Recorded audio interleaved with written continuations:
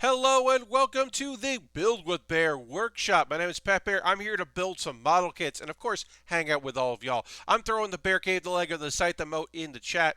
If you're currently a subscriber, you can reply with those emotes, or you can throw in your own emotes. If you're a tier 2, you can use that lovely scythe emote. Tier 1s, you get the Bear Cave emote. And, of course, me as a Lego person, the Lego emote. We got Bobby Dice Roller here. We got Lashbrook. Hell yeah, hell yeah. What's up, friends? Welcome, welcome. Hey, we have Xander here. Welcome, Xander. Happy to have you here.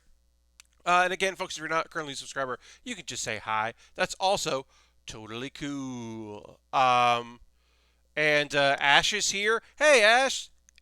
Long time. Happy to have you here. And Aristophan is here, of course. Aristophan representing. Welcome, welcome. All right, so upon first look, I am getting a little bit of light bleed right here at the bottom, but I think that's okay because it's not in the corner and it's not that bright. Greetings from 3M in Sweden. Indeed. Well, good evening to you. Um, Almost good morning.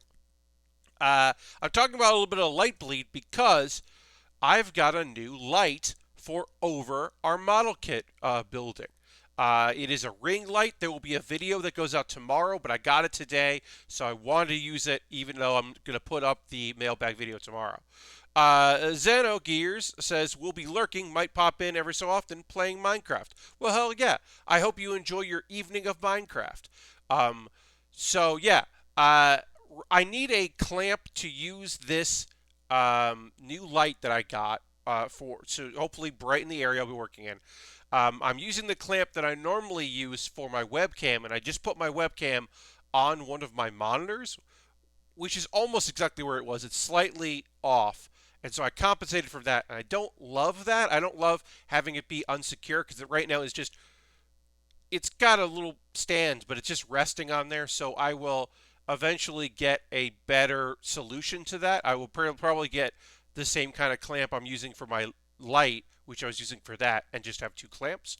That's the goal. But anyway, it works really well. We're going to see that when we go to the overhead, but it's got.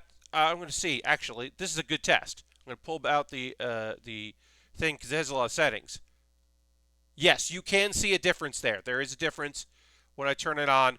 It actually, even though it's a ring light, is still bleeding a little bit up, but not terribly, and that's a good thing. If it's bright, if it's also benefiting me and my face, that's also good.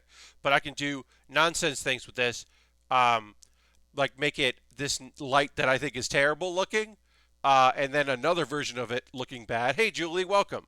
And then a more natural light that I'm pretty into, and I can of course make it brighter and lighter, but we're going bright. I got a little control thing. Also, this thing is USB powered, so I just plugged it into my computer, which is great because my other light that I was using, my clip light that I was using, that had to be plugged in, and that was a spot on my many plugs that I was like, oh, I need this for other things. So yeah, so I got a new piece of gear. Thank you out there to the person that bought that. I'll be talking about it tomorrow. And yeah, we're going to work on model kits. We're going to talk about stuff. Speaking of gear, while I'm in the big camera, we will get to building soon. Don't you worry about it, friends. But while I'm on the big camera here, the big shot of me, I got new glasses. I got motherfucking new glasses. Check out my new glasses. Put it there. Check out my new glasses. Are they so similar to my old glasses? Yes, they are. Xander says, just notice what you're building. Oh, you mean the Nu-Zeon right here? The Nu-Zeon Gundam? We are going to be putting the backpack together, the funnels of the backpack, and then build the giant shield that has a sword in it. Yes. I'm very excited to put that together. To continue this. But yeah, I got new glasses. They're very similar to my old glasses. The frames here are a little thinner on the sides, like right here in the corners, and the nose piece is a little thinner. But other than that, they're very similar to my old frame. So much so that I can continue to use the two emotes that are my face. I didn't have to pay to have Xandra modify them. They're not like perfect, but also like it's still an artist's interpretation of what those glasses are. So like it works. And I was very happy because I don't want to spend money on things like that. I do eventually want to commission Sandra to make a fourth emote. That's right. I want to have a fourth emote at some point. That's a 2021 thing, and it's January, so I got time to figure that out. But I do want to at some point have a new one. Because there's a property that I often build things for on this stream that I don't have a representation of myself as. You might be able to guess, but there's a property that we have built many kits for. I've never done plastic frames. Well, what do you do if the nose pads don't fit right? So, um, they come in like basically you can heat them up with a heat gun or a hair dryer and kind of move them a little bit, but you really do need to fit them to your face because you don't have the ability to just bend the little plastic nose guards there. So you kind of do have to hope that it's going to work out. Like I said, you can with a heat gun bend them a little bit the same way that is a better way to bend the parts around the ears. Than just using your hands. So you do that. Jam's here. Hi, Jam. Um, the emote that I would make is probably a Dragon Ball version of me. I don't know what that would entail, but it most likely would be a version of maybe the Ox King art that Xander's already done of me as Ox King. Because I think that's the one I'm most like. But also maybe Mr. Satan. And I don't know how to make me look like Hercule or Mr. Satan. But those are the two that I'm like the closest to that make sense. I mean, I guess you could make me Boo. You could make me Big Boo, but I don't know. I don't know if I want to be a pink cotton candy man. So probably not. I've already been the Ox King, so you could just do that. It would just be me with a horn hat. This is me with a horn hat. But anyway, I'm going to retweet my tweet, see if we can get a few more butts in the seats watching the stream. I'm so mad that I had a tweet that I have like 4 typos in 3 tweets tonight or today that I'm very unhappy about. But also, I'm most unhappy to have in my very funny retweet, because I think it's very good, about the fact that there's a new ghost character in the next Ghostbusters movie that is named Muncher, and I said, yes, everyone's favorite character, Dry Slimer, because it looks like if Slimer was dried out. And I think that's very funny, but that's okay if people are. But yes, hey QQ, welcome. But we're going to go to the overhead, and we're going to get to work. So you can see, hopefully you can see, but also hopefully you can notice that I love that Dry Slimer, very evocative, right? Yeah, it's like Dry Bowser. But yeah, hopefully this is Dry Slimer should just be Slimer's bones. All right, Ash, you're right, but all right. In a heap. But yeah, hopefully this is more illuminated. Actually, this will be a pretty good thing. So I had another light before. I don't have it to show the comparison, but I can show you. If you are very sensitive to light discrepancies here, photosensitive, just turn away for a little bit. But I'm going to turn the light off, the overhead ring light that I've got going here. I'm going to turn that off. So this is with a little bit of light correction, automatic light correction by the webcam, which is nice. I'm now going to turn it back on. Again, if you're sensitive to sudden light changes, maybe turn away. I've turned it back on. Hopefully, that is very noticeable. To me, it's like, oh, hell yeah. Now I can really see what's going on. This is like, I'm very pleased with this light. Does it cast a shadow? Of course it does. It casts a shadow. I can't do anything about that. But yeah, hopefully this helps a lot. It is bouncing a little bit on me, which is great. But I also have a lamp here that definitely illuminates me, and it feels like a natural light. We got a lot of people here at 9:15. I want to say light is supposed to cast shadows. Yes, Zeno. But hopefully, I would be able to light it in such a way that I wouldn't be casting natural shadows on here that I would be able to light from so many angles evenly. That would be the hope. But you're right. You're not wrong. I did want to just say we got a bunch of people here, and I'm very pleased you're all here. This is quite a few fine folks here this early in the evening. Oh, Lord Crashington is here. Hey, Lord Crashington. Yeah, I feel like I could see the details a lot better when it was just laying there for a second. Yes. Yeah. Could I zoom in a little bit more in my thing? Unfortunately, I can't with digital zoom. So here's the real trick. With this webcam at 16 by 9, this is the most I can zoom in. So then I have to physically move the it even closer, and that ends up messing with my other camera, and it ends up messing with this light. So I haven't done that. If I was doing 800 by 600, then I could, or 4 by 3, then I could zoom in even more. But I like it being HD, so that's what we got. I feel like, Xander says, I have a friend who discovered a 1/100 Penelope. Ooh, yeah. That's a beast of a kit, to say the least. But anyway, we're gonna put our friend aside here. We'll put him over here. Uh, if you have missed our previous streams where I've been building the Nu-Zeon, and you're like, hey, why is that a Gundam that's like kind of a Zaku? What's up? It's a whole thing. That sounds like a very large kit. Yeah, it's a lot. So here's the thing with, if you missed it, my camera is my phone. It's basically ground level.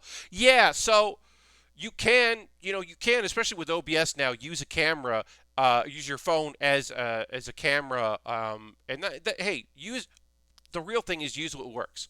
I will say this: if you are looking to get into model kit building as a streamer, a thing you should invest in is 2 webcams, like I have. But I would say make them different brands. These are identical webcams, and it makes it so the presets are a little wonky because basically in the Logitech software, I want to set up that this autofocuses and this doesn't autofocus, but my software doesn't want to save that setting. So every time I stream, I have to go into OBS, go to this camera, the overhead camera, and turn off autofocus. Because it's all or nothing, because they're the exact same cameras, and I've read a way to trick it to do what you want it to do, but unfortunately those tricks do not work, which is very frustrating. It is for real incredibly frustrating. But yeah, use whatever works. I know that not all the time, but often Ian from Loading Ready Run will use his phone. He's got a pretty new phone as an overhead camera for, and some folks who do streaming of like Magic the Gathering and stuff that want to have their cards out use their phones as their second camera. Problem is I don't have a dedicated building space, so setup wouldn't work. Yeah, that is a problem, Zeno. Yeah, if you don't have it dedicated, then you just kind of got to do whatever you can. If you're looking for a different brand, I got a Razer Kiyo recently. It has a built-in ring light, and I think it's pretty dang good so far. Well, that's good to hear, Bobby. Yeah, basically, if one of my 2 webcams goes, I will use my phone temporarily. The clamp that my light is on right here has an attachment that I can put my phone in, so I can use that. And I've used that clamp with my phone for like Instagram stuff when I've been on people's like Instagram shows, because you can do it on the computer, but it's a lot easier just to do the phone. And for a while, you couldn't do it on the computer, so I would. So that is how I was able to do that, like use that. So I would use my phone if one of these went, and then I most likely would buy a new like a different brand, just to make life a little easier. It's also annoying when you have to like, because I always have my webcams plugged in because I stream 4 times a week and then also record a lot of videos, so I just have everything set up But it is annoying when like a zoom starts and I have to like 50-50 if I'm picking the webcam that is pointed at my face or pointed at my hands on the keyboard.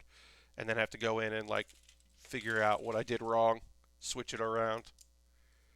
That is frustrating. But if they were different brands, then I would easily be able to tell what I fucked up on.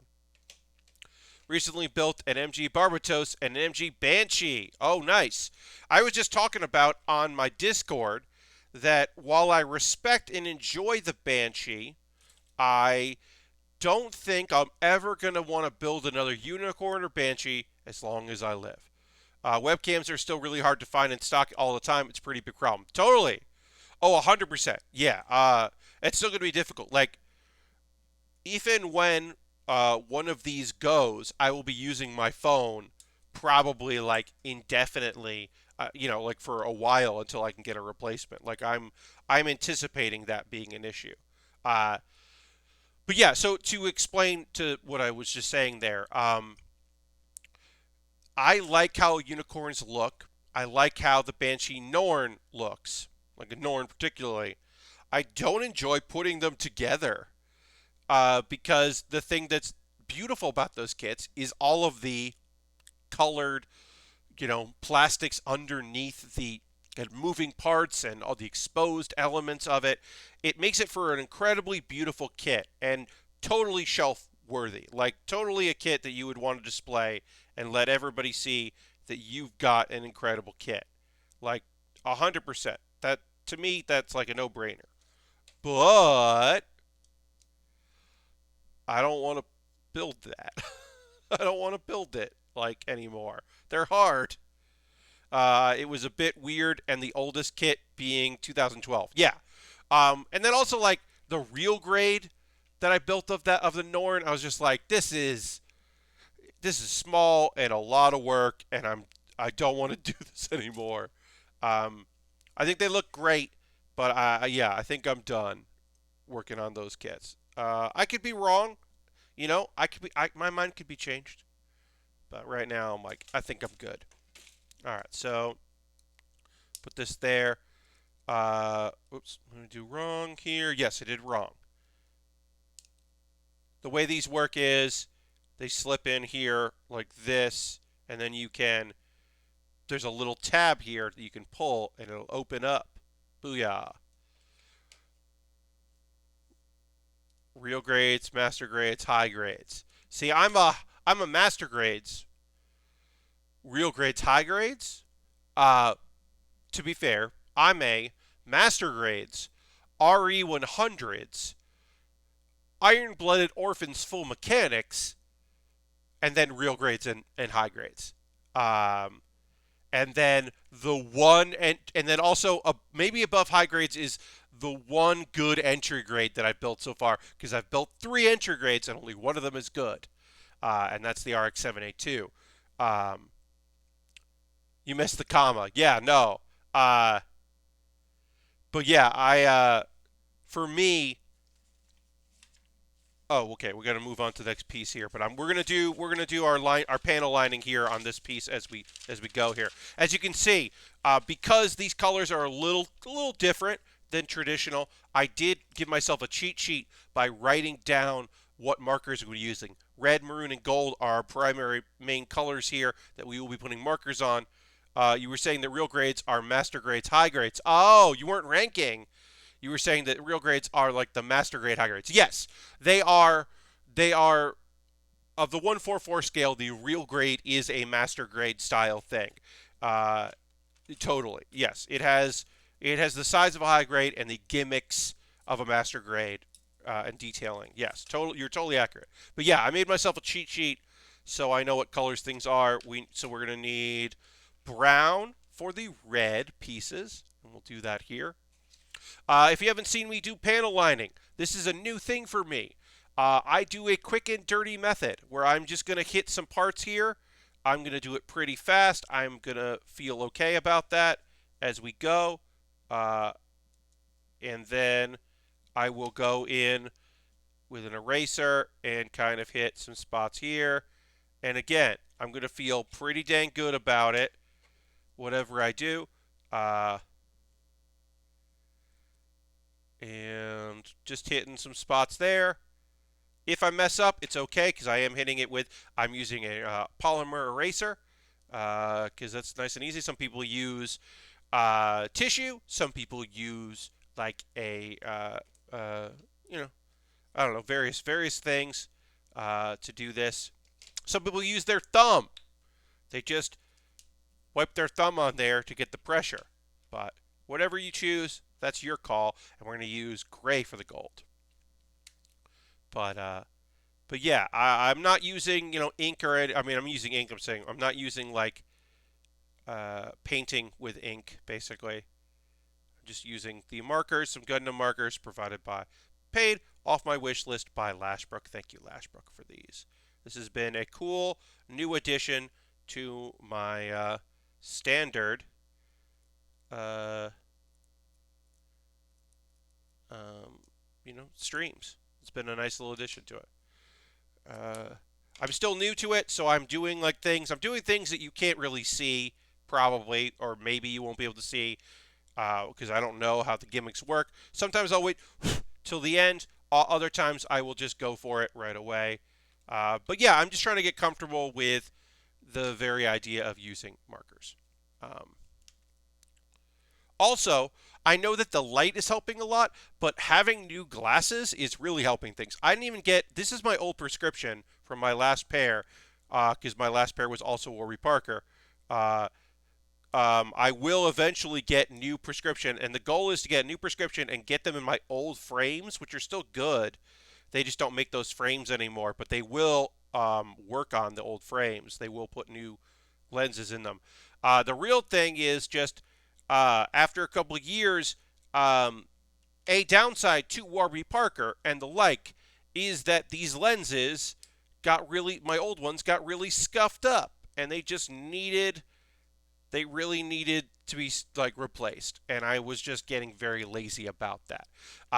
For the longest time, I used progressive lenses because I needed reading glasses, but I don't need that anymore because after many years of vision therapy, I managed to my prescription changed, and I do not need progressive lenses anymore. So now that I've switched to just regular lenses, they are of lower quality and they need to be replaced more often. And I didn't realize how used to the scuffed lenses I was getting. I was getting very used to them to the point that I didn't really notice until I put on new glasses that, oh wow, I can just see better. This is not even a different prescription. I still need to get that, but I don't want to. I mean, I want to do that in New York at the store, at the actual Warby Parker location. I'll probably do that then. And then, yeah, get them to make my glasses, my old pair. But I'll keep those. I definitely need new glasses. Yeah, I mean, like, basically, I just don't want to go in for an eye exam until I'm immunized. I don't want to go for an eye exam. And also, I want to do it at the Warby Parker location in New York when I'm back in New York and get them to fulfill my prescription there and put my glasses in my old frames. Uh, but yeah, I mean, I wish I could have just gotten a pair of Huxley, which is my old frames, back, but couldn't do that. So instead, all right, so this is A, this is B. Can't even see where A is because it's hiding. A and B are hiding over there. Now I'm going to do C and D.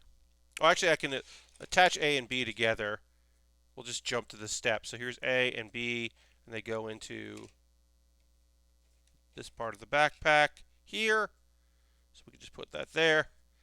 But you can see they fold around and move, and flex a bit. Yeah, this is the side you're really going to see. You're not going to see too much of the red anyway. It's like a big cool cape. Yeah, I mean, I was just overdue for at least new lenses, if not new glasses. So I'm glad I got them. Already loving it. Is it perfect on my face? No, I need to, sorry, pardon me, do some minor adjustments, which I will be doing. And then things will be fine. But yeah. All right. So now we're going to build C.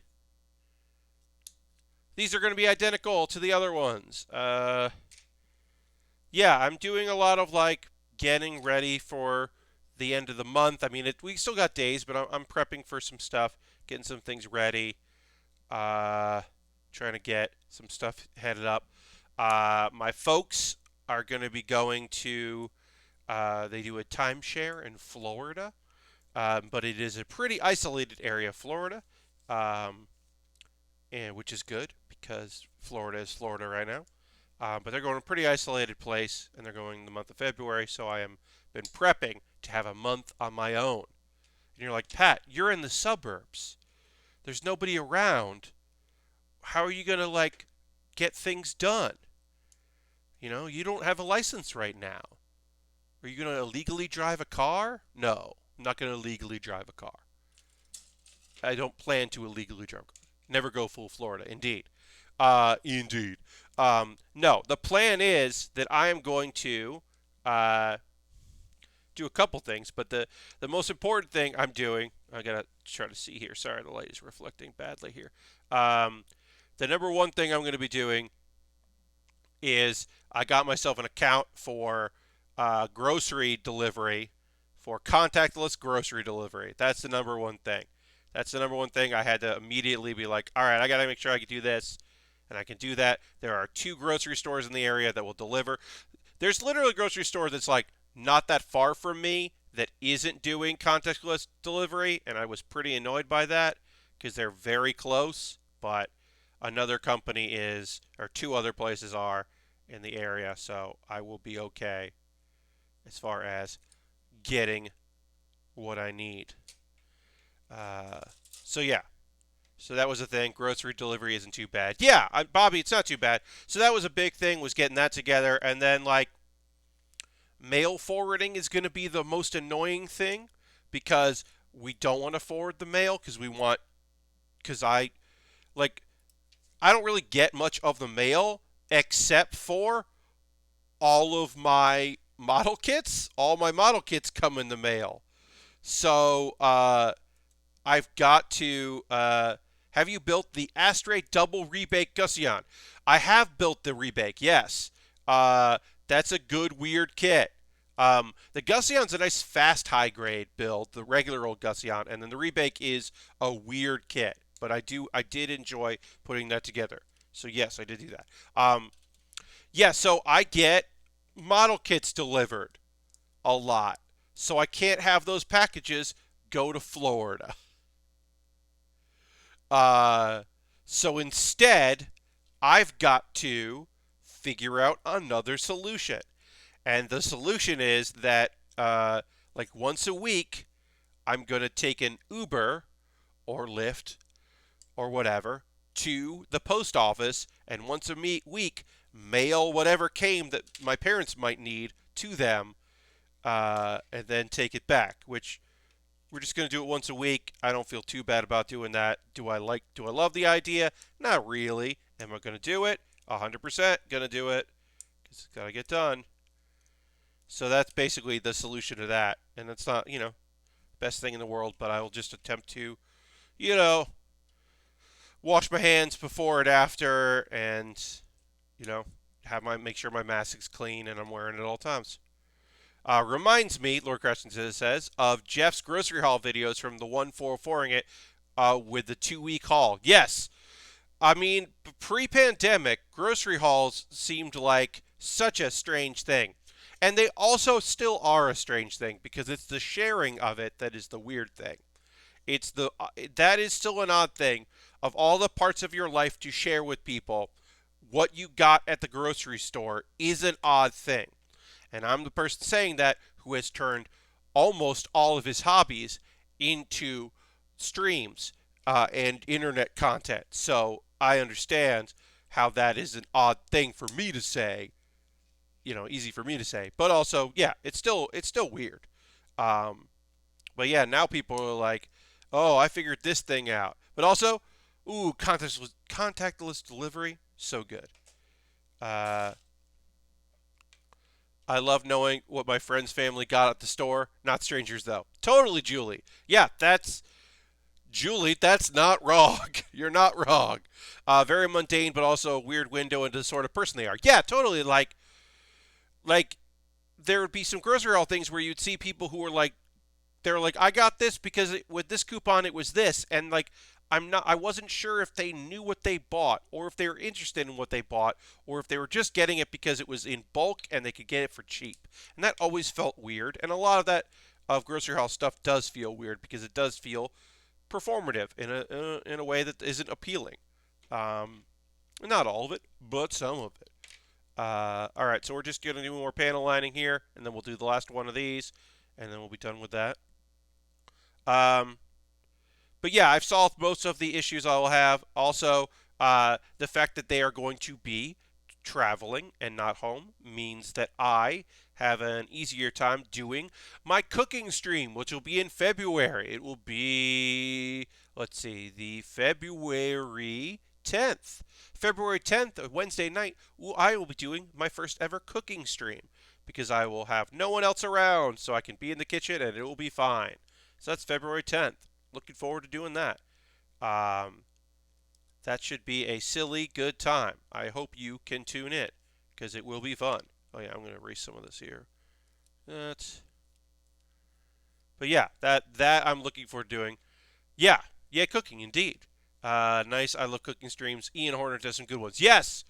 Also, hey, distrusting spectator. I'm going to have a video out tomorrow about this. Thank you so much. Let's throw the Bear Cave, the leg of the site emote in the chat and thank our friend here for purchasing this lovely ring light, which I'm currently using to illuminate the build area. Thank you very much for that. I really appreciate it. It arrived today, and I immediately made it work. And there'll be a video out tomorrow of me kind of demonstrating and talking about it. But I really appreciate it. It's very nice. So thank you very much for that support. Jeff did a cooking video for the Game of the Year. Yes, he did like the mug, like the one mug cupcake kind of thing. It was mostly a joke, but Ian's cooking streams are great. Also, I do not have the confidence to cook on the internet. Hey, look, here's the thing. I don't know if I do. I have the confidence to try cooking on the internet. I don't know if I have the confidence to cook well on the internet, and we're gonna fucking find out which one it is. But I have the confidence to try. Yeah, so Jeff did that segment, and then Ian over on Loading Ready Run, Ian's cooking segments and Kathleen's cooking segments as well, because there have been times where Kathleen has taken the lead on those back when people could be in the same office. Those are very informative. Mine is going to be I don't think I'm going to be taking a lot of leaps in this. These will be recipes that I have done before and feel confident in doing. I'm going to be doing basically a snack and like a main course.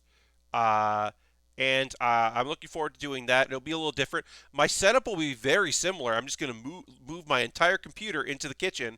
I might run off my laptop, but I think I'm just going to bring the desktop in.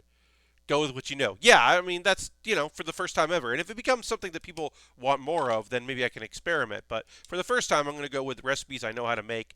I've got a good access to a kitchen in there. The lighting should be good. I'm going to have to probably rig a light up. But basically, it's going to be very similar. That way I have my monitors, I can see people, and I'll have a cooking, my prep area. And then I think I'll have a third webcam, which will be my phone that will be like over the stovetop to show that, because I will be cooking on the stove there. So I'll have like my main cam will be the prep cam, and then I'll shoot to another shot, which will be that. But I have to. It's gonna be a weird day because I'm gonna have to like get all that set up, and then be like, all right, well, all this is set up, and now I guess I'm just working out of the kitchen. And I'll have my recipe on my iPad mini, my recipes, I should say. And I think that should work out pretty good. I think that'll work out pretty well, I should say, instead of good. That'll work out pretty well. I don't know what it says to me, but I think the sound's so fun to set up and configure. Oh, Bobby, I mean, part of that is the fact that it's going to be very fun. Like, I'm like, okay, well, if I move this and I move that, I think my monitors and the stand will fit underneath the cabinets in the kitchen on the shelf and will go in a corner. But I won't know until that day. So then I'm like, okay, well, if they don't fit, my laptop certainly will. But should I be running all of this off my laptop? Is that going to handle? So maybe I'm going to have to just set up one monitor and my computer and run everything off one monitor because I can put that on a stand and do that. But I don't know. So like that stuff is, I also like thinking about those things and figuring it out. Like, as I said, it's on the 10th. I'm thinking now about like, okay, well, before that, I'm going to have to get I'm going to have to get my camera, or my phone, I should say, hooked up and practice with that because I don't want to have to figure that out during that day. I want to know that ahead of time so I can just go in, big bam, boom, and do it. So I'm like, okay, well, so I have to do that. All right, well, then if I'm doing that and I'm doing this, like, yeah, maybe I'll do a test run like the day before because it'll be on a Wednesday. On Tuesdays, I don't stream, so maybe I can like set it up on Tuesday and then just have my laptop here in my bedroom to use as my main computer. But I like my computer, so maybe I'll like set it up in the kitchen and then like work out of the kitchen on Tuesday. But I am now, as I'm talking out loud, I'm thinking I definitely should do that a day early to give myself time to like figure everything out. So I don't know. It's weird, but I am excited to do it because this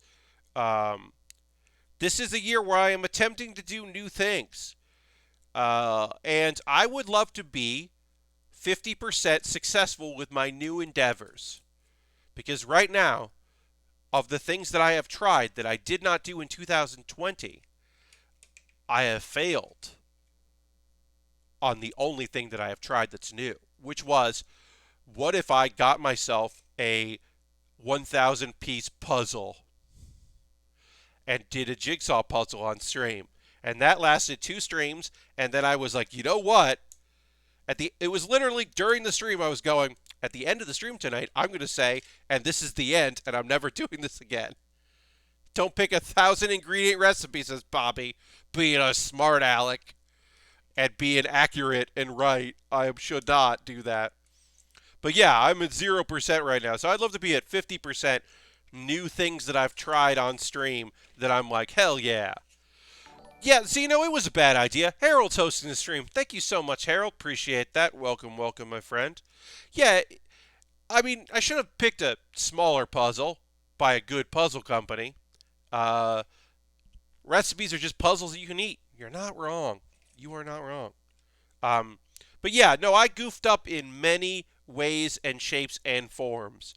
And, okay, so this is D.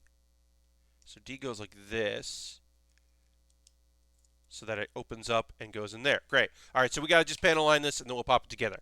But yeah, basically, as I was saying, the idea of doing a cooking stream is something I've wanted to do for a while. It didn't make any sense to do it in New York, and it hasn't made sense to do it down here while my parents have been around. And so since they will be out of town, it makes perfect sense to make the try. Because if I'm in the kitchen, so our kitchen isn't like super open concept, but it does have like pretty big open door areas leading into. I keep forgetting where the camera is. My camera has moved a little bit. It's not right in front of me. It's now a little off to the side. I gotta fix that. I don't like that. I can't stay. I just wanted to drop a host. Good night. Good night, Harold. Thank you for dropping the host as always, my friend. Talk to you soon. Yeah, no. What was I saying? Oh, yeah. It's pretty open concept, so I would definitely be disturbing my folks if I was out there streaming. So doing it in here, I don't disturb them. It's totally okay. When I first came down here one Christmas and decided to stream, I set myself up in the living room because I wanted to plug directly into the router, which was a good call. And then the next year, the internet was very bad here, and so I didn't. Oh, we got ourselves a raid. Let's do the barricade Lego the site the moat and welcome Tom. Dictacular's here with a party of 7. Welcome, Tom. Welcome, Raiders. And And also, Knitted Sweater is raiding, also with a party of 7. What's happening right now? Team Chicago has raided. It's a double raid. A double raid from Team Chicago. I have to imagine the two of you were doing something together to coordinate such a double raid. Um, but welcome. Hey, everybody. I was just talking about some stuff I'm doing in the future, but yes, you were playing some rafts. Oh yeah, the rafting. Yes. Um, uh, okay, let me do this. Let me do the proper thing because I got 14 people rating. So let me do the proper thing. Hi, my name is Pat Baer, and this is the Build With Baer Workshop. I build model kits and Lego sets. And today we're finishing up a very cool set, the Nu-Zeon Gundam.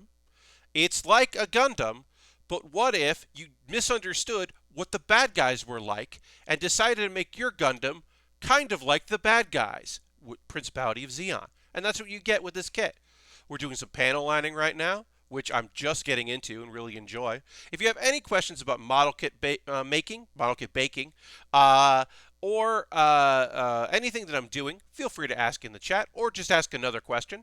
I'm always willing to talk about stuff, be it where you should get started, why I picked this model kit, stuff like that. You're welcome to it. There's some input from people because we do have some people here who are just, if not more knowledgeable than me about model kits. And also, this is pretty chill and pretty laid back, so feel free to hang out. And now I'm going to go back to my overhead camera, and we will continue. It does look very neat because it's definitely a Gundam, but it's in the Zeon colors, so it's kind of also like a Char. It's a Zaku 2, like it's Char's Zaku 2. And it's in the red, which is traditionally the color of your villain in the series. Not every red mobile suit is villainous, but almost all of them are. It's generally a good indication. And also, rarely do the bad guys have Gundams. Gundams are generally for the good guys, but not always. There's a Gundam series with only 2 Gundams in it, and one person has it is good, and one person has it isn't good. And I won't say which, because the fact that there's a second Gundam is a spoiler. So I will not say what series I'm talking about. Because that happens really late, and you would not be wrong for thinking there are 0. There's only 1 Gundam in that show. But yeah, this is a very cool kit. We're now working on basically the backpack, which are like funnels, kind of like a big cape, because it's going with this like knightly theme. That is often a thing that happens in the world of Gundam. Is there's a lot of like kind of like armored knights looking kits. Which is very fun. So I'm doing panel lining. My method is quick and dirty because I am doing it on a stream, so I do not have to be delicate. Also because I'm going to be hitting this with an eraser, which will clean up all of my mistakes, which is rad. It is the method I would probably use if I was not streaming. Because it's just like, all right, hit the lines, hit the panels. The eraser will take care of all of the things you just did wrong. Venom Carnage with giant robots sounds sick as heck. No, wrong. Yes, like type thing, Venom Carnage. Yes, totally. Like, Venom is cool evil. Carnage is not cool evil. Although there are many Gundams and mobile suits that are colored black because it's always cool and always in style. I like the giant bomb shirts. Well, thank you. Yes. Wait, Pat, is that a pen that is adding color, or are you, like, scoring it? I'll explain that in a second. Or I'll do a second. Yes, this is the old game shirt. I recently repurchased this. I bought it when it first came out and recently got a new one because the other one was kind of going. But I love it. It's a very cool thing. And it's one of those things where, like, it's a giant bomb shirt that doesn't say giant bomb on it, so I can wear it to an airport, which is great. Because that's not a shirt. Giant bomb shirts, generally, you can't wear to airports. Not that I'm going to an airport. So, this is a Gundam marker. You can see right there, it does say Gundam marker right there on it. I have 3 of them in different colors. And it does look like a pen because it is a fine tip. But this is a marker. So what I'm doing is I'm just putting some marker ink here and the various things because we're doing panel lining. Um, I saw your game of the year list on Giant Bomb. Uh, who had to figure out the plural of packs? Oh, paxes. I believe it's packs. I don't know. Uh, um, when you were talking about two Gundams, I initially thought you were talking about Stardust Memory, but then you said it happens late, so I'm clueless now. It's not super late, but like most of the show is about one Gundam. I'll say this, Paxen, like Oxen, maybe. I'll say this. So yeah, now I'm hitting with an eraser, which is going to clean up a lot of my mistakes, but leave a lot of the edges here. Um, so Xeno, um, most of the show is one Gundam, and that Gundam is very oddly designed. It's a tall, lanky friend that might be a fine-looking Southern gentleman, perhaps. Perhaps he has a facial feature that reminds you of someone from the cordial South, perhaps. Again, saying that there's a second Gundam is a bit of a spoiler. Okay, yes. So maybe Zeno has now gotten what I'm talking about. It's also been a while since I saw that show, so I might be misremembering how long it takes before the other Gundam shows up, but I feel like it's a long time. All right. So we are done with this. We can now connect them. But yeah, I'm doing what's called panel lining, Tom. Um, this marker eraser combo is rad. I've been painting my Scythe minis, and God, I wish it was just like gunpowder marker for details. Yeah, but no problem. For me, this is very new. This is a thing I started doing in like December. Um, but it adds a lot of fine detail work. We'll continue it there, but like yeah, it's just like I've got a couple colors here, especially on the white parts of a kit or a gray part that you'll find on most Gundams have like white legs and white arms. It really does make everything pop, but it even does it on a kit like this, and it won't show too much in this, but in photography, if you look at my photo that I'm going to post after the stream's done, in photography it really does stand out and gives it maybe a little bit more of like a comic feel, but it adds a lot of definition, especially to some darker pieces even, or bright pieces as well. I haven't seen that one ever, to be honest. Just know about some of the suits. Yeah. I mean, when you get somebody that doesn't make design mobile suits to design your mobile suits, it either goes incredibly good or incredibly bad, or the third option, incredibly weird. And that show was weird. The design for that one. Oh, thank you for the follow. I appreciate that. I build model kits Monday, Thursday, and Saturday, and then on Wednesday I do something different. Like last night we played Cloud Gardens, which is a very cool, chill game that's in early access on Steam, where you're like planting things in a diorama, and it's like a puzzle. It's like a puzzle game where you're like creating nature in an urban decay environment. It's weird, but very chill. We did that last night. All right, so now we got that on here, which is kind of like a cape. You can see from the back, but also is the funnels that are very traditional for some of these kits. Xander says, just remembered you forgot the New Year's gong. Did I forget to hit the gong on New Year's for the New Year's gong? I thought I did. Xander, you wanted me to hit the gong. That if you want me to hit the gong, then I will hit the gong. I'm pretty sure I hit the gong at New Year's. But if you want me to hit this gong, I will hit this gong. You don't even have to channel points. I mean, look, 2021 starts when it does. For you, it starts whenever you want it to. In the same way that some people have decided that everything before lockdown is 2019. Also, Lord Gretchen wants me at that gong. I hold that. Some people have decided that everything that until like a certain event happens, that all of 2021 is still part of 2010 or 20, not 10. 10. It's not part of 2010. I misspoke. All right, I got two gongs coming, folks. I have a gong. It's fine.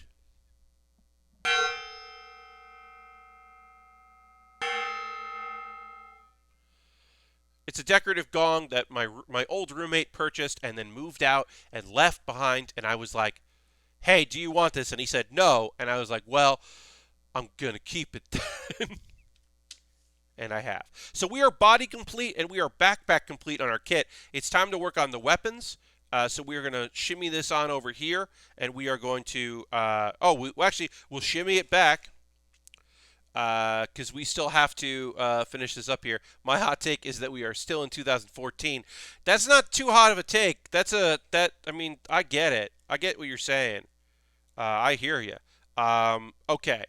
Let's just put the knives in. That's a weird thing to say, but this kit has. Sometimes they have swords, sometimes they have guns, sometimes they have beam guns, which is a thing, and occasionally mobile suits just have knives.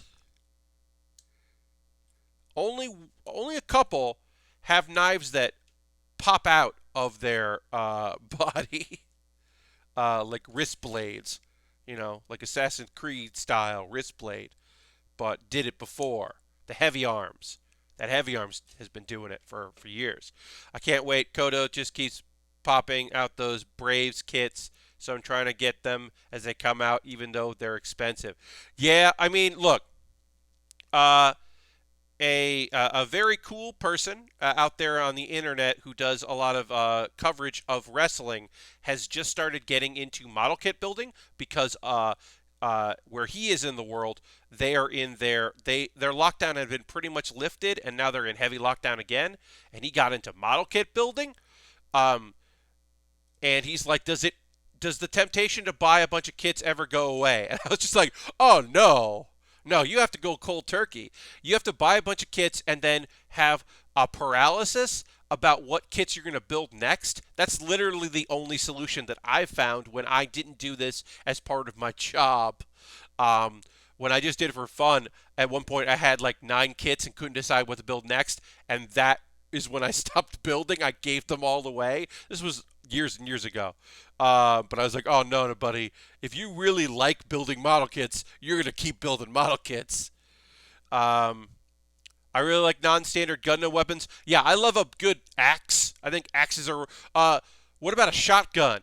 There's only been a couple Gundam that have shotguns, and I think that's just such a great non-standard. Uh, Box cutters, yep, yep, yep. The leg knives and the crossbone, totally Xander. Go cold turkey or try and find the kits that you most want and build. Yeah. I love the weird energy whip. Oh yes, the whips are great. I got like a bendy beam whip coming up in a kit that I'm building in the future. That's in my backlog. My back is not having money. Your hack is not having money for it. Totally. I would love to build a perfect grade Zaku, but they seem to be hard to find in stock. Yeah. I built one of the first, the Char Zaku 2. It was one of the first perfect grades. It was a very old perfect grade. The kit was beautiful. Don't get me wrong. The kit was beautiful, and I loved it. One of my favorite things about that kit was that it had a giant box, right? It had like a big box like this. In the center of the kit was a box about this size that was just like the art, the old school like art that you would find on the master grades. And so I kept that box because the box fit the perfect grade when it was done. So it had like a box within the box. And that was just like such a lovely touch for like an old kit like that. Ooh, excellent. That perfect grade was wonderful. I still think the Endless Waltz, the Wing Zero from Endless Waltz perfect grade is my favorite perfect grade I've ever built. I've only built like 4, but even with all of the wing pieces, which was tough, that was still really great. Hey, thank you for the follow. Appreciate that very much. Thank you for that. All right, so we've got some more weapons to build here. Well, we got to build. We're gonna get. Basically, there's like the sword. This is hard. This is hard to describe. The sword has a stand because the sword is as big as a shield. And then a blade can go in the sword. It's a whole thing. Also, like in fiction, these funnels separate and then can fly around and do stuff. So you can put one of these on a stand if you want, or you can put all of them on a stand if you have a bunch of little stands, which is fun. Uh, Dirty says, evening from traffic. Good evening. Gotta get a mobile suit squire to carry the sword. Yeah, but it's like this thing has, it's just got, it's just got a big old sword. It's got a sword that like moves around and becomes other things, and like it's a sword that looks like a shield, but then can split apart to put the beam in, and like it's a lot. It's like a two-stage sword. It's a whole lot. It's also where all of our stickers that we haven't built yet are left, which I think is pretty fun. Um, all right. All right. What else do we got to do here? Okay. So we are going to start moving on to the last part here, but we are going to take a pause. And around these parts, we refer to that as a pause for the cause. So for new folks, I will get back to building, and we will continue and finish up the sword shield. I would like this mech Trunks story in Gundam form. You got too big, too strong Gundam. Oh yes. So yeah, when Trunks was trying to power up Super Saiyan and didn't quite get it. Speaking of perfect grades, I may have gotten a little ham and pre-ordered the PG Unleashed Grandpa Gundam. Oh boy, the Unleashed! I've heard very good things, but also, that's a lot of money. If you're new to the stream, this is what's happening right now. I'm going to talk about ways you can support the channel. You don't have to do any of what I'm about to say. These are all optional things you can do if you'd like. I will try to keep it to like 5 minutes, but this is like my ad break, basically. It's me just kind of talking to you about ways, things you can do to support what I do here, if you'd like. If you want to give me a follow, that would be great. Folks that are already subscribers, you can throw the Bear Cave and the Lego emote. You can throw the Scythe emote if you're a tier 2. That's a benefit to subscribing. You can use Cash Money. If you got that Twitch Prime token, the Prime Gaming token, you can use that on me. But if you're not using that on me and you have it because you have your Amazon linked with your Twitch, use it for somewhat. That's money on the table. And so make sure you're subscribing to somebody. If you'd like to, that'd be great. You could gift a sub like Bobby has and Silver and Aristofan has. You could do bits and coins. That's a great way to support what I do. And join that leaderboard because we got the leaderboard there. If you were gifted a sub before, you can convert that gifted sub into a paid subscription. And the nice thing is, it doesn't kick over until your subscription, that gift sub, would end. And then you pay then. So if you still have like 2 days or 5 days or 3 weeks left, you don't get charged right away. So these are things you could do. And if you do renew your subscription or you do make a subscription, make sure you hit that notification button. Eric is here. What's up, Eric? Hey, buddy. Just donated 500 bits. Thank you so much for that. I'm going to hit the old... I got a little soundboard for stuff like this. I got a little soundboard. It was a Christmas gift that I use for things like that. But thank you so much for that. I really appreciate it, Eric. Hey, dude wants his rug. Happy to have you here. Welcome, everybody. But yeah, I'm going to talk about ways you can support the channel. I'm going to be really brief, and then we'll get back to building. So if you were like, Pat, I want to support what you do, but going through the Twitch system, I have an account here, but I don't want to put any money into anything on Twitch. I get it. I have an alternative. I have a Patreon. So there's a $1 tier, a $3 tier, a $5 tier, and a $10 tier. So you can pay more, the same, or less. So consider taking out a look at my Patreon if you're interested. And there are different rewards for different tiers. The $10 gets to vote on kits that I build. The $5 gets videos early, like a day early at least. The $3 once a month gets a vote on what I do on one of my bonus streams, my Wednesday streams. And the $1 gets a Q&A video that I only make for Patreon and nobody else outside of Patreon sees. So that's a nice little thing that I can do, I try to do. Also, because I have to keep buying model kits, if you want to help me out do that, you can do a one-time donation. Because once I build a kit, that's over. So if you wanted to, you could jump in there, and there are various ways to do that. And anything I get through Patreon, through Twitch, through direct donations, someday my AdSense will hit $100 again, and I will get a payout from AdSense someday. All of that goes to me buying model kits and equipment. If you're watching this, also, if you're watching this later on YouTube, what's up, YouTube? Hi, thanks for watching. This is all in the show description. We'll get back to building real soon. I just want to quickly go through all of these things. Now, I talked about how we had a purchase from my Amazon wish list of my new lighting, for building. Uh, Xander asked, has the pre-ordered Goku come in yet? Yes, I did a couple weeks ago build Gohan, which was a pre-ordered thing from USA Gundam store that took forever to come. My Gohan, future Gohan / Ultimate Gohan did arrive finally. That kit was months and months. I will never use your money to pre-order something again, folks. But I have an Amazon wish list, and if you wanted me to build what you want me to build next, you can go to my Amazon wish list. In fact, the next thing we'll be building on stream, which is the Haropla Ball Haro, was bought by an anonymous person off my wish list.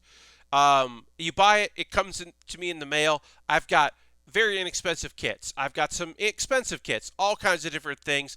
That heavy arms that came out in 2020 that I forgot came out, that's the high grade heavy arms. Is it basically just a new version of the 2012 kit? Pretty much. But I've heard very good things about it as far as high grades go. I'd like to build it. I put it in there. Ooh, there's a price drop right now on the Gundam Seed kit, the Wyndham. There's a price drop on that, which is great. That's a good price. But yeah, I've got some high grades, some master grades, a little bit of tech at the bottom. You buy something on the wish list, it comes to me into mail, and it jumps the queue as a thank you. Yes, unless specifically asked. I will say that, totally, Xander. Like, I did have somebody who was like, hey, pre-order that cup noodle kit from USA Gundam store because I want you to get that noodle kit, which I did, the cup noodle kit. I did do that. But what ended up happening with the Gohan, for folks that don't know, is I pre-ordered a kit in June because someone sent me gift cards to USA Gundam store, which is the next thing I'm going to mention. And I used that to pre-order a kit that was supposed to arrive in October. And then it wasn't the fault of USA Gundam store. It was the fault that Bandai kept pushing when they were going to send it out because 2020 happened. And it was a rough year for a lot of people in a lot of different ways. So it took a while before they finally released it. It finally came out in January. I got it and built it, which was a problem. But yeah, if somebody just says like, hey, you should pre-order this thing. Here's some gift cards to USA Gundam store. Because you go to USA Gundam store, you buy some gift cards, you get a code in your email, you then send me a DM on Twitter. It's more complicated than Amazon wishlist, but I'm dedicated to having an alternative to it because I know many people don't want to use Amazon, and I respect that and understand it. If it was easier for me to get model kits consistently and fast without using Amazon, I totally would. I am looking for ways in this local area to support local businesses. So far, the most local business I can find that sells stuff hasn't reopened this year. There is a company or a store that's not too far from here that they don't know if and when they're going to reopen because they are so small that they don't think that they can safely reopen. So I would love to buy some stuff from them. I would love to shop locally. And so we'll see. All right. I'll get back to building really soon. I apologize. This takes a while sometimes, especially if there's people that haven't been here before. I have a Discord. I post build photos at the end of every stream. My chat in there, also a lot of people in chat also have joined the Discord and post photos of things they're working on. It's very nice. You can totally check that out. That's a free way to support what I do. I have a YouTube channel where I make internet videos. As mentioned early in the stream, I did a Giant Bomb top 10 list. Giant Bomb is a video game website that covers video games. I got asked to do a top 10, and I didn't do one about video games. I did one about anime. I did my top 10 anime of 2020, and the response has been pretty great. People are either I am reaffirming people's favorite show they feel like no one else is talking about, which is that most of the comments have been like, yeah, yeah, or it's been, ooh, I'll have to check some of these out, or I didn't know they did they did a new season of that, or something like that. It's been pretty dang positive, which is great. I also made a video component of that list, so if you'd like to hear me explain it instead of reading about it, I've also had a few people go, that show sounds real weird. I'm gonna have to watch that, which is how I get you. But I did a video version of that, so you can check out that. I was surprised you didn't mention With a Cat and a Dog. Well, here's the thing, Bobby. That was accusatory, and I shouldn't say. I don't know where to count With a Dog and a Cat because it's not. Well, one, I can't rank it because that's a 24 episode show, so it's not over yet. So either it'll be the bridge between 2 years or it'll be on my 2021 list. But right now, I would count that as a 2021 show because I can't rank it if it's not done. In the same way that ReZero can't really be in my top 10 because the second season is broken up into two chunks and the second half of it is airing right now, I really didn't feel comfortable ranking that. It's probably like my number 12 anyway. Another thing I do another video series, and we'll get back to building like right now, is I do a video series called Baer With Me that I would love for you to check out. Baer With Me is a video series where I watch things and then I talk about them live. It's a reactions video. It's a good name. I react to things. I reacted to episode 2 of I totally missed seeing it on your list. Baer With Me. I'm reacting to the second episode of X-Arm, which is a terrible anime. You should not watch X-Arm. It is poorly made. It is poorly conceived. It is well voice acted. It is atrocious. So just watch 5 or 6 minutes of me dunking on it. But yeah, my list. I think my list is pretty good. Look, are there a couple shows that I wish I could have included? I wish I could have included my Setsu opening act. Totally. I wish that I had taken time to dunk on Food Wars in my preamble, but I cut out all of the things I was dunking on, except for Black Clover, because I will never excuse tragic queer villains. If you put tragic queer villains in your show that has only one queer character in it, I say go to hell. You can go to hell. Because literally Black Clover has one queer character in it, and then they introduced 2 queer villains, tragic queer villains. And I was like, no, I'd have to throw shade on that. It wasn't gonna make my top 10 anyway because the filler arc was bad. It was so bad, but I had to mention it. I'm not gonna let them get away with it. Anyway, I'm gonna drink some water, and we're gonna get back to building, and I'm gonna talk about anime that came out very recently. So, second hour of the stream. This is a thing that happens, folks. I'm going to talk about the shows that I've been watching. Normally, I would talk about the episode of Black Clover. I did not watch this week's Black Clover. I will talk about it next week. Basically, I'll tell you, not the Midnight Sun, the Spade Kingdom are attacking, and they're going to try to kidnap William.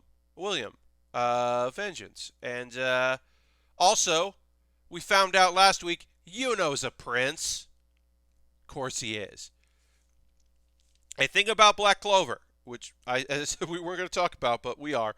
A thing about Black Clover I really like is, if it was a standard shonen, Yuno would be the main character. Yuno is not the main character in Black Clover.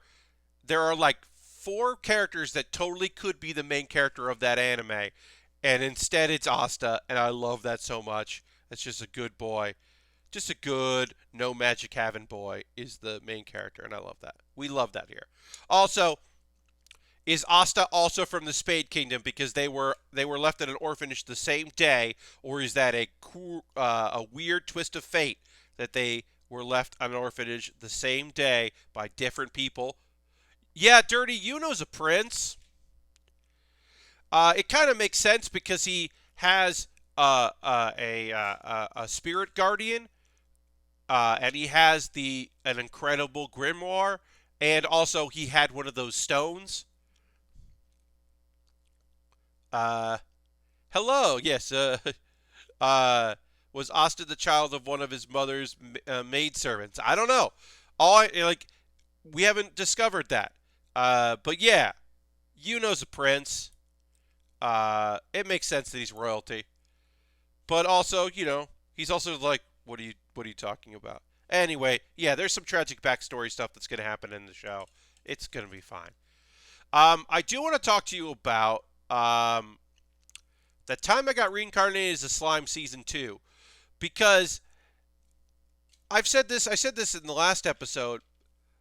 I'm pretty sure that this is supposed to be a dark season where like bad stuff happens, and I know that it's a 2 core, so I know that there's like at least 24 episodes. There might be 26. Don't quote me on how many episodes there are going to be. It must get dark at some point because right now it is light as fuck, man. Uh, uh, there's like a test of wills. There's a whole moment where Shion is because she's like fucking really pissed off that uh, the people from the animal kingdom were insulting uh, Rimuru, the slime, and she like they're fighting, and she like makes this giant energy thing. Uh, and she's like, I can't stop this right now. It was a good little bit of this. There's a Shion is a bit of an annoying character because she's not. The nice thing is that she's not tsundere. She's incredibly, definitely in love with Rimuru, and she's annoying about that. But she's not tsundere, so I can pretty much appreciate it. Um, I just saw today My Neighbor Totoro. Oh, I have definitely seen Totoro. Totoro is a classic. It's a beautiful piece of filmmaking. Also, uh, I didn't realize how kind of sad it is when I first watched it on second or third viewing. I can't remember when. I was like, oh, there's some sadness in this that I did not see the first time I watched it. But it is beautiful. Totoro's really good. Oh, seeing the theater. That would be cool. Ash is throwing some emotes in the chat. Always appreciate it. Let's see. What else do I gotta do?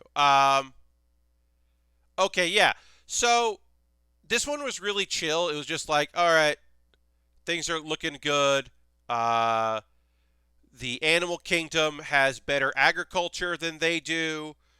So maybe they're gonna learn some stuff from there. Like they're gonna. It's cool that a demon kingdom.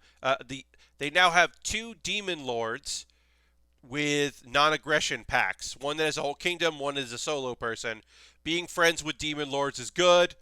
Uh, Especially since there is a demon lord Clayman that we know is looking to make some stuff. That's the guy that made the last demon lord that showed up that has been really fucking with stuff. And he talks to some woman named uh, Mulan that we don't know, and apparently there's going to be some trouble with her. Uh, Also, there's a kingdom of dwarves, but a human guy is their king. And what's up with that, dude? Why is a human guy the king of the dwarf kingdom? That I've been thinking about that. What's up? Uh, I don't know why that's happening. Um, it's weird, right? It's kind of weird that a human guy is king of the dwarven kingdom.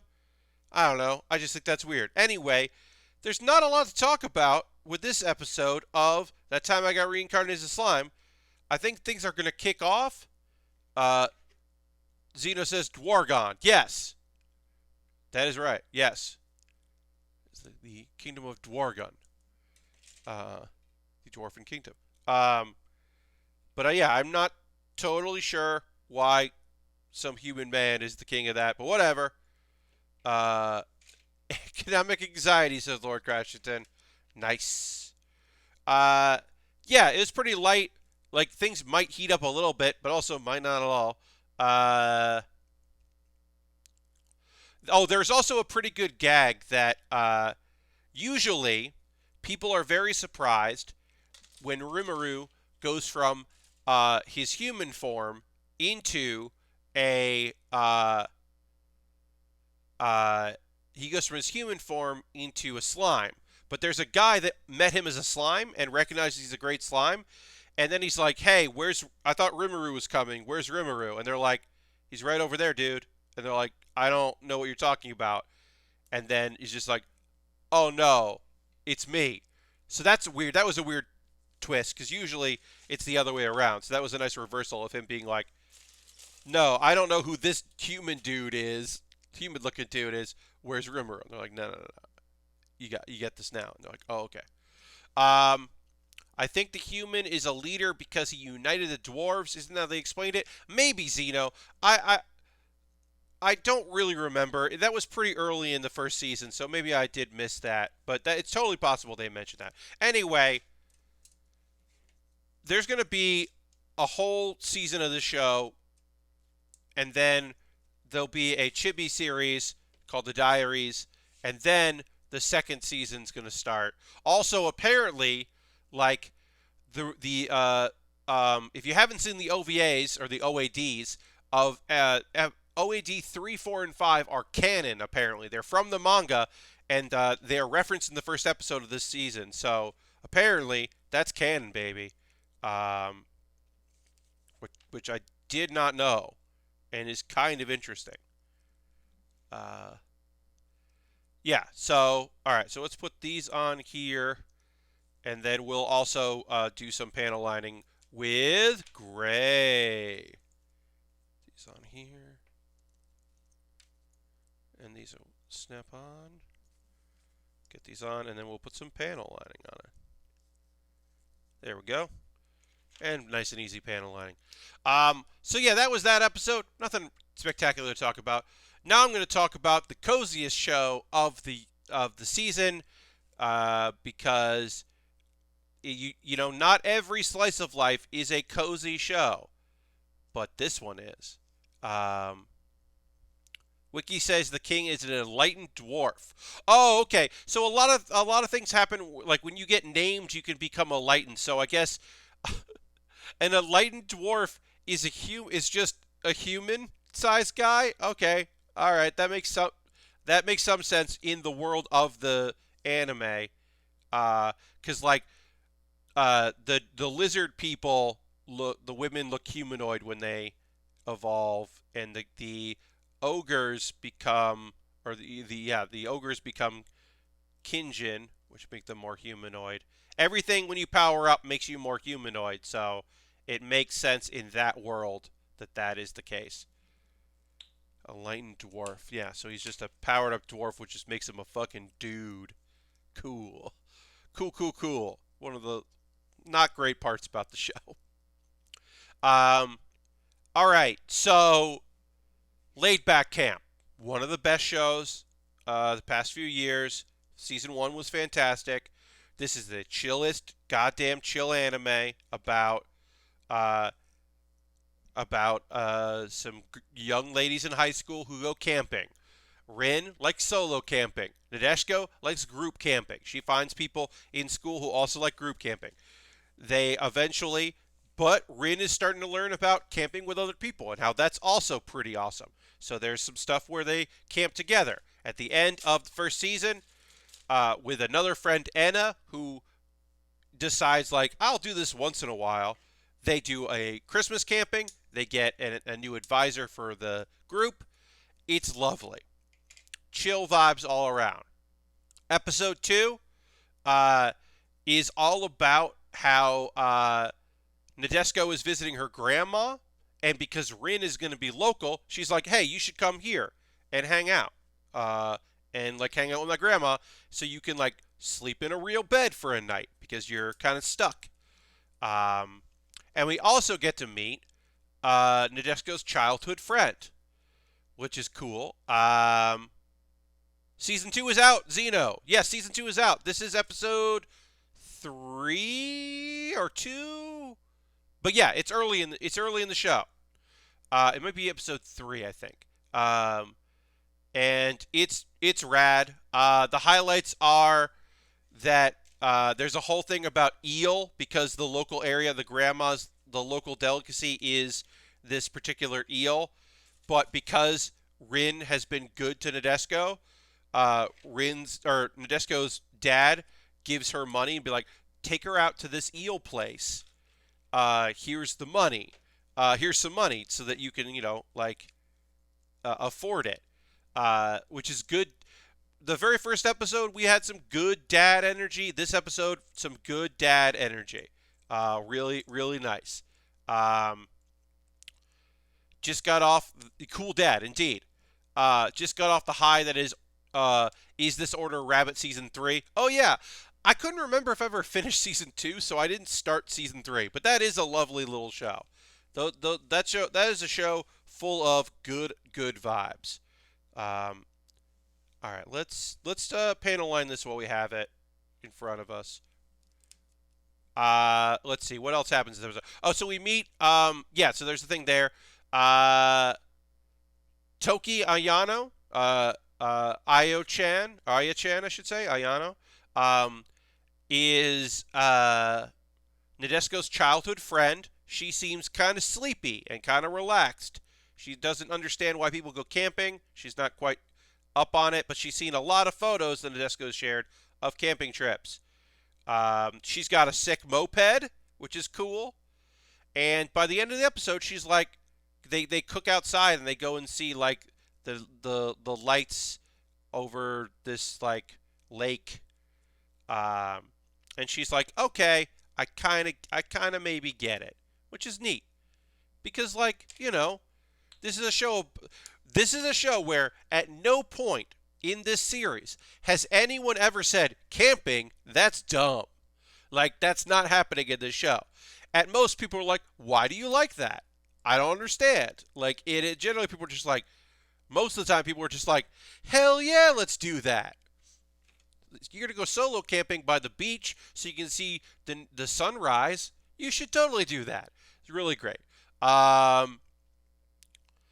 Oh yeah, and then at the end of the episode, Rin is getting a ride back home because she can't drive her moped on the roads because of all the snow. So she gets picked up by her grandfather, who is the person that sent her camping gear in the beginning, in the past, that got her hooked on camping, and is also, we know as the cool old man that Chiaka met that was cooking steaks and encouraged her, that kind of gave her the idea of getting a little skillet. That is the cool grandpa old man character. He's also the narrator of the show. But yeah, Rin's grandpa is also Chiaka has that experience but doesn't know that's what it is. But yeah, he picks her up and that's cool. Goddamn. I love that show. It's just the chillest goddamn thing in the world. It's just lovely and cool, and we deserve it. We deserve nice things. That's a show that comes out on Thursdays, and I make a point to watch it basically as soon as I have time on Thursday. I'm watching that show. It's basically as soon as I can. I'm getting in there to check it out because it's just so good. Have you seen the rock climbing anime? Yeah, Zeno, I did. I did watch Sport Climbing Girls. And I was, So I hope that if they get a season 2, because I don't know if it was announced that they do. I hope that if they get a season 2, that they get like a double season or 13 episodes, because my number one issue with that show is it's incredibly rushed. The most important event of the show is in 1.5 episodes, and that is not great. But it's so rushed.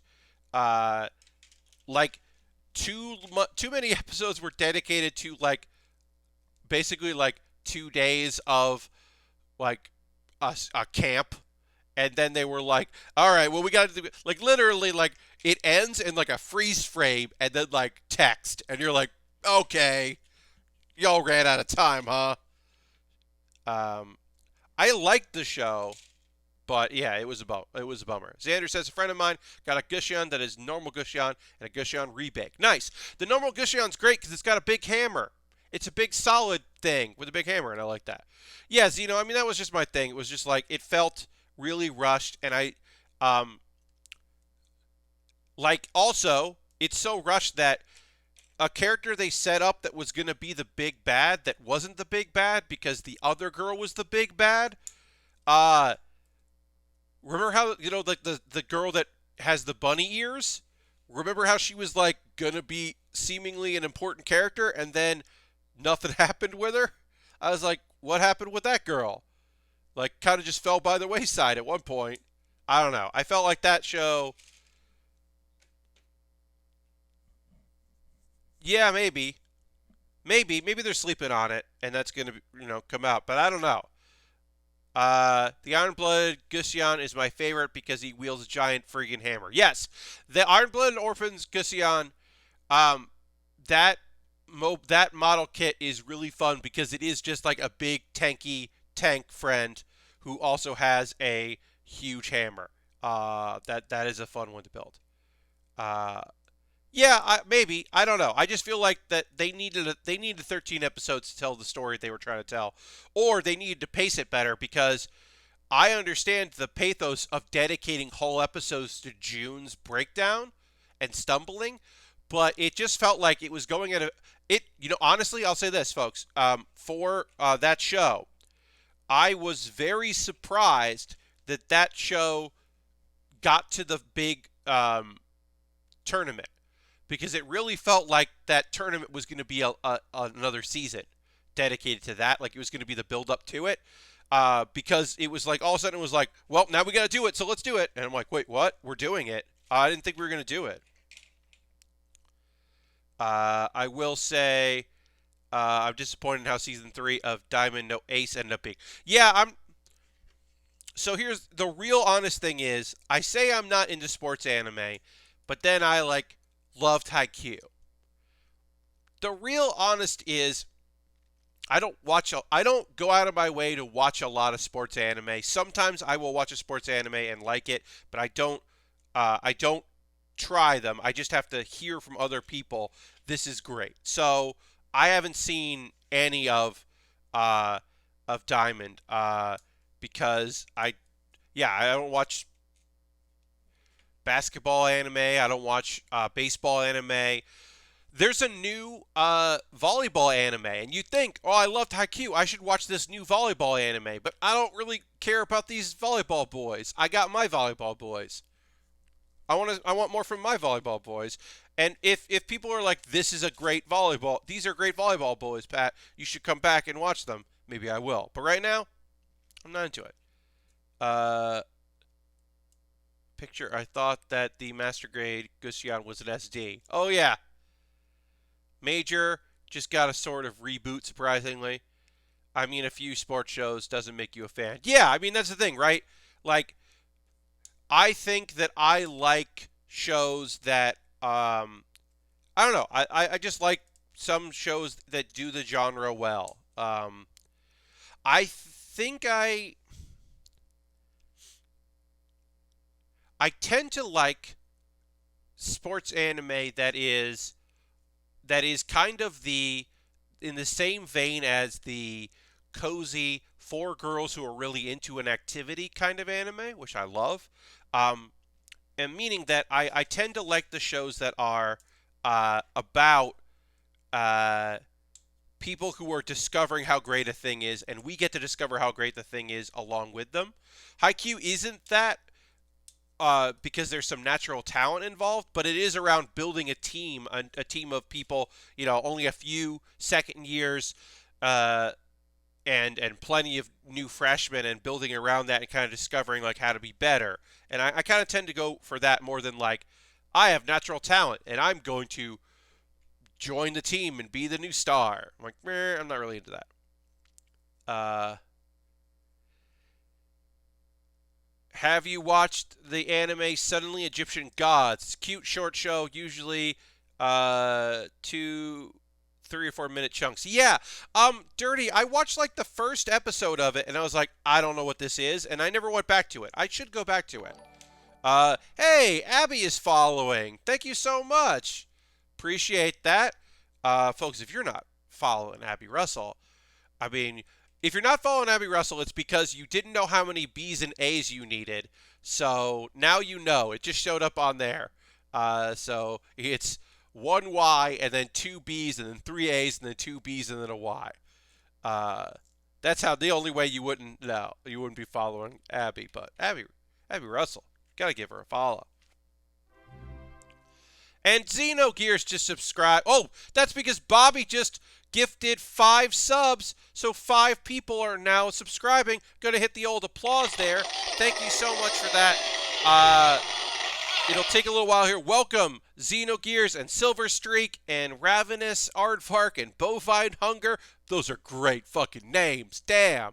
And David, welcome. And then Dirty wants me to hit that gong. I'm throwing the Bear Cave, the leg of the scythe emote in the chat. And then enjoy these emotes, folks. And then enjoy your subs. I appreciate it very much. I'm going to hit the old gong. Because Dirty wants me to hit that gong. And Lord Crashing wants me to play the soundboard. Y'all keeping me doing stuff. Here we go. Soundboard time coming in. This is a little soundboard thing I got for Christmas once. Or 2 years ago.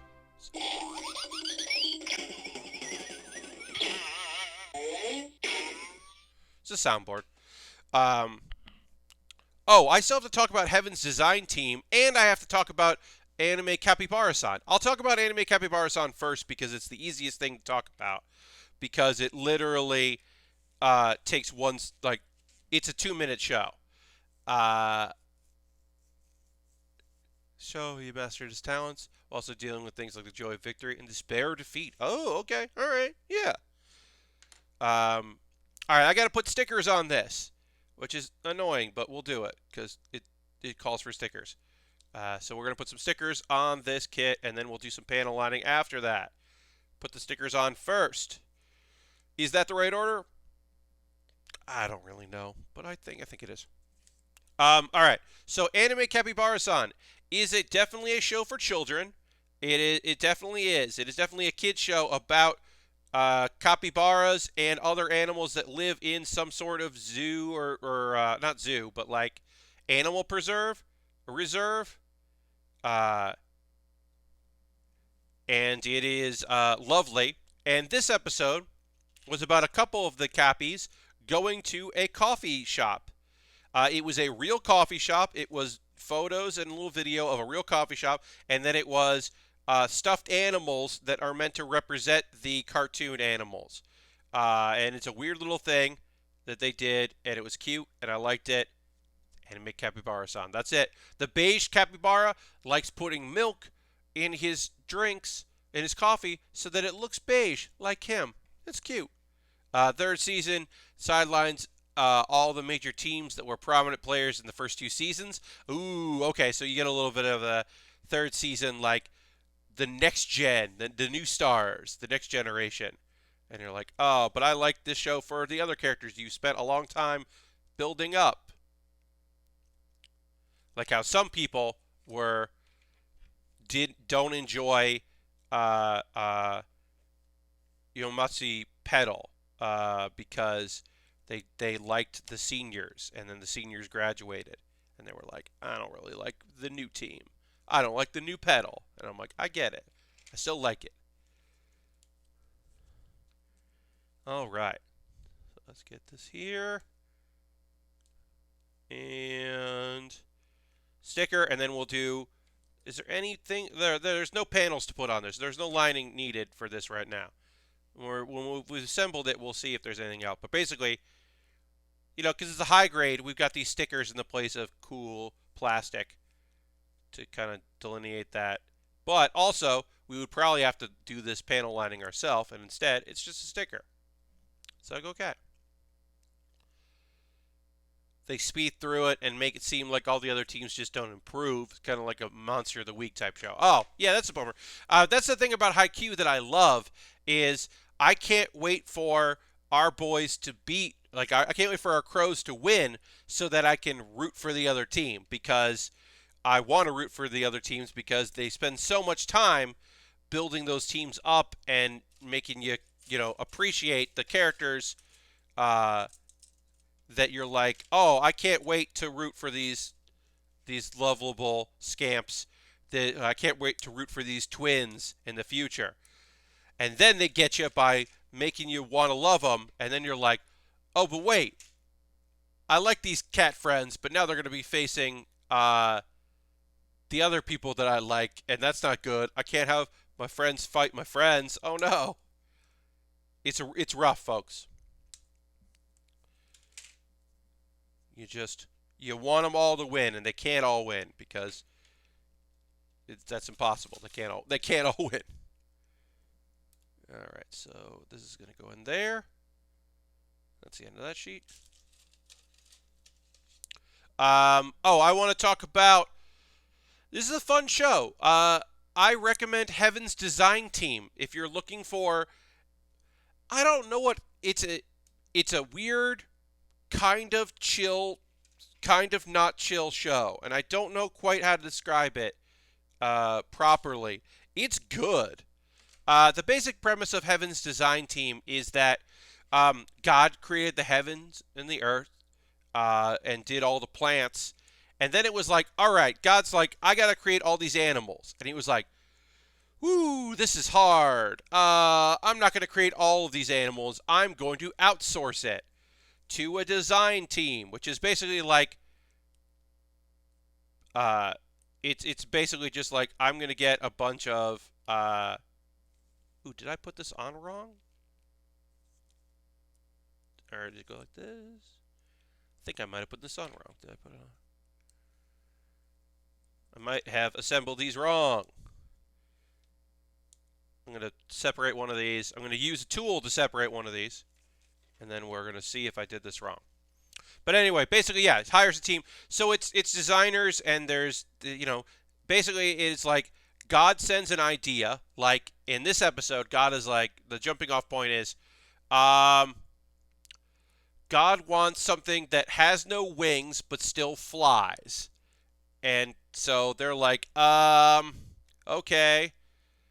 It turns out the guy that created the snake, which is this big, because a lot of times people are known for the best thing that they created in this world. And the person that created the snake is like, all right, I'm going to put this on this. Is that how it goes? How does this connect? Sorry, folks. The image of how these two pieces connect together is not that. It's not that. It's pretty small. And I'm having a little trouble seeing how this goes. So I apologize.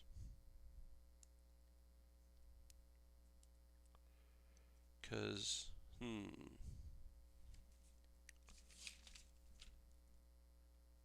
So yeah, sorry about this, folks. Try to figure this out. The name's Heaven Design Team remind me of those videos of people making jokes about weird animals. Yeah, so that's basically what the show is. It is, I believe it's based on a manga, but it is like, how did flying snakes get invented? Because there's a type of snake that, this particular type of snake, its feature, one of its primary features is that it moves its rib cage to glide around, and that's why it's called the flying snake. Well, it's because the guy that made snakes invented it for God, because God wanted a flying animal that didn't have wings. And so the guy was like, fine, well, I invented snakes, so I'm just going to repurpose snakes, and we're just going to go with snakes. It's like a snake. And then God was just like, sure.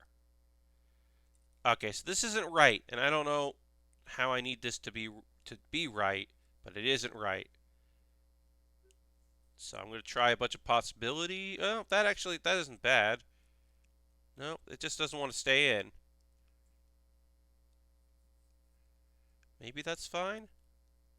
I can't really tell. We're gonna try to put this together right, and then we'll find out. Um, but basically, this episode, the guy that created the horse, I love him. He's one of my favorite characters because he created the horse, which was a real winner. So now everything he makes is a derivative of the horse. Like he's obsessed with trying to make things like a horse because he did so great on that. The thing that he comes up, okay, so that did work. All right, so that is right. It didn't look like it was right, but it is right. Okay, yeah, it bends. Okay, that is right. It didn't feel like I was putting this together correctly, but I guess I am. All right, good. Um, yeah, so he's always pitching things that are horse-like. He last episode he pitched a what did he pitch? Oh, he pitched the seahorse, right? Because they were doing underwater stuff and they were doing ocean stuff, and he was like, I want to make a tiny horse. And the episode explains that the reason why the male horses, end up carrying the eggs to term is because this guy that created them, his nephew, or his grandson, I should say, messed around with the design. And God was like, oh, I like that. That's fun. Yes, giraffes are cows with the neck stretched and then some deer features put on the face. Basically it's like the design process by these creatives and how they end up with what they've come up with, and it's the iterative process. And sometimes accidents happen, and they go with that, or they're inspired in other ways. So it's a fun little episode of that, like trying to explain what's happening. Also, they get the elephant because they need a big animal based on kind of like the gorilla, but they need it bigger with like a long nose. It's a whole thing. I'm not describing it well. It's a fun show. Oh, whoa, brand new raid. Thank you so much. Giraffe Noodle Horses. Sharkfist is now raiding with a party 10. Thank you so much. Welcome, everybody. Welcome to the Build With Baer Workshop. My name is Pat Baer. I appreciate people coming in. We are working on the Nu-Zeon Gundam from Gundam Build Divers Re-Rise. If you haven't seen Build Divers Re-Rise or Build Divers, it's basically like it's like a VR MMO kind of thing, but also people know Gundam. In the world of Gundam builders and Gundam Gundam build fighters and Gundam Re-Rise, basically like it's a world where people know about the Gundam and love Gundam. So it's like, what if like Gunpla lovers had like a way to battle with them? It's like Mega Man EXE or Rockman EXE, but it's kind of like Battle Network, basically a world where like they fight with navies or whatever. But what if Mega Man EXE they knew about the Mega Man cartoon and Mega Man video games, and they were like, we want to make that kind of stuff. So it's a little bit like that. That's probably not the best example, but whatever. You kind of get my point. So this particular series is about in this particular series, there's a guy that wants all the fighting in this to be honorable.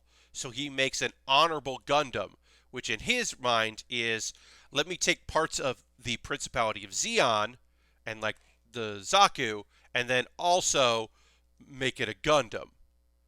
So you get this kind of odd mismatch of things. And it's a very unique kit. In the world of Gundam Build Divers Re-Rise, I will say, in my opinion, this is the oddest kit, and that's saying a lot. It's also, these shows are a love letter to other Gundam series. You get some obscure stuff. There was a G Gundam reference in Build Diver, or no, Build Fighters. There's been I think the Double X was in one thing, which is really weird to see the Double X show up. But yeah, you get a lot of like kind of obscure, odd variations, or like the Love Phantom, which is one of my favorite oddball kits because the Love Phantom is basically it's the Death Scythe but with like spider legs. It's very strange. I love that those shows. They're very creative. Oops, this is the wrong color. I'm fucking up, y'all. I put the wrong color on here. Gotta try to erase it. We're gonna kind of go over it and see what happens, but hopefully it'll be okay. I quickly looked at my reference and messed up. We're doing some panel lining. I have Gundam markers here. We're doing the quick and dirty method here. Of that'll be fine. That'll cover it up. Luckily, I'm just gonna hit all these parts, and then I'll hit with eraser, and we're just highlighting these pieces here. It's cool. Just kind of going in around, throwing in a little color here and there. Just kind of making these pieces pop, and then we will hit with eraser right after. 8th MS and Unicorn. Oh, nice, yeah. Kind of looks like he's chilling in front of a fence. I've only watched a few. Keep me to finish Iron Blood Orphans. So the nice thing, Shark, is that Iron Blood Orphans is incredible. It is, in my opinion, one of, if not the best representations of the element that is often forgotten about Gundam, which is these are fucking children, y'all. These are kids doing this shit. And like, yeah, Thunderbolt certainly like is tragic and fucked up. But that's for a different reason than I think Iron Blood Orphans I think really gets in the whole child soldier element of this. And I think it does a great job of that. Also, the mobile suits fucking kick ass, which is a hard thing to do. It's not hard to have kick-ass mobile suits, but it is difficult to be like, hey, the mobile suits have to be cool, but also humans shouldn't be doing this, and we have to like balance all those things out. Because a good Gundam series is really like, at the end of the day, nobody in a good Gundam series should be like, that was awesome what just happened here. It should usually just be like, I can't believe it's come to this. Unless you're wearing a mask, and if you're wearing a mask, you think what you're doing is justified and right, even if Knight, you don't agree with you, but you have convinced yourself by wearing that mask you are a different person, and you adopt a new name, and therefore all your choices are the accurate ones. Which is just what a Gundam series means. Lord Cratchington, there might have been a Japanese crossover between Transformers and Gundam, but I don't think so. There have been a lot of Transformers crossovers, but I don't think Gundam has been one of them. I mean, there's been Transformers Ninja Turtles, and no, I don't know how that works, and I've never seen it, but I know it exists. Iron Blood Orphans doesn't pull its punches thematically. No, it does not. But yeah, it really goes into the whole child soldier thing, which it should. It should be talking about these things. These things should be talked about. They're important to chat about.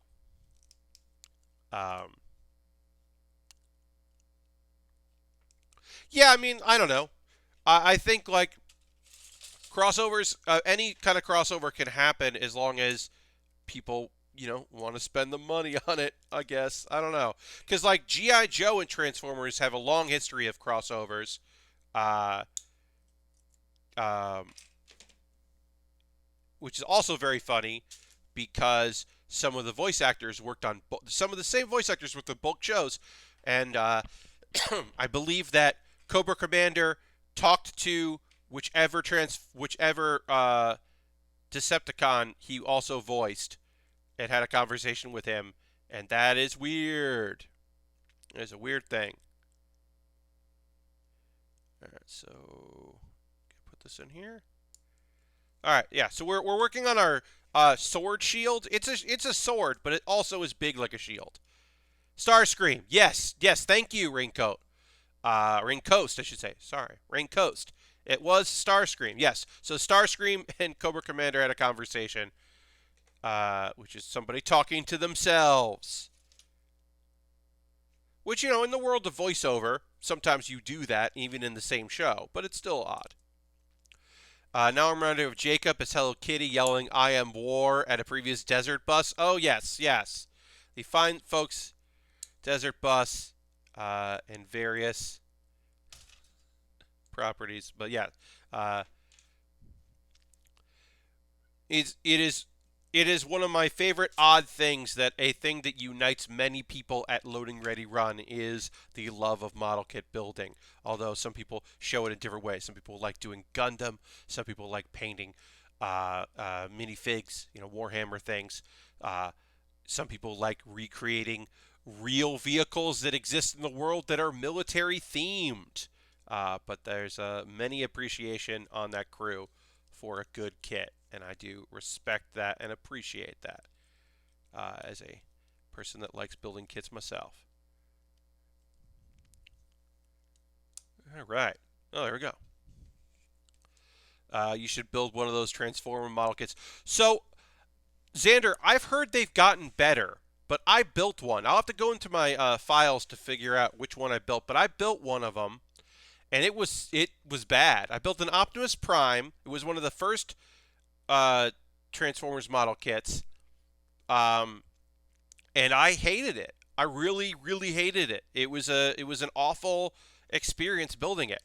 I have heard that they're better, and so maybe I'll get one of the newer ones. But the kit I built, that Optimus Prime, was rotten. And I did not enjoy that build. It was one of my least favorite builds I've ever done.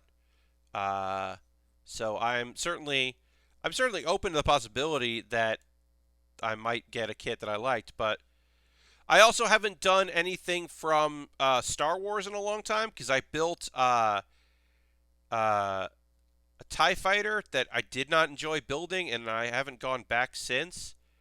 So it's a possibility. I built Poe's TIE fighter, and I remember not enjoying that build. But then I've heard good things about the B-Wing. The B-Wing is a really fun model kit. So maybe someday I'll go back to that. I remember Poe's kit, or Poe's TIE fighter being really, really easy until suddenly it wasn't. Suddenly there were really tiny, intricate pieces that were really frustrating to put together. And it came out of nowhere. And I was very surprised. All right, so now we'll hit the eraser here. We're going to just clean up all our mistakes. Oh, Raincoat, thank you for the follow. Yeah, for folks interested, I build model kits on Monday, Thursday, and Saturday from 9 p.m. to 11 p.m. Eastern, so we're actually almost done with the stream tonight. And then I do something else on Wednesday. Every Wednesday, I do another stream of some other sort. Usually it's video game related. Almost always. Although next Wednesday will be my Winter 2021 Anime Roundup, where I'm going to be talking about the shows that I'm watching this season, the shows I stopped watching, various things like that. I'm pretty sure the one I saw was $300. Yikes!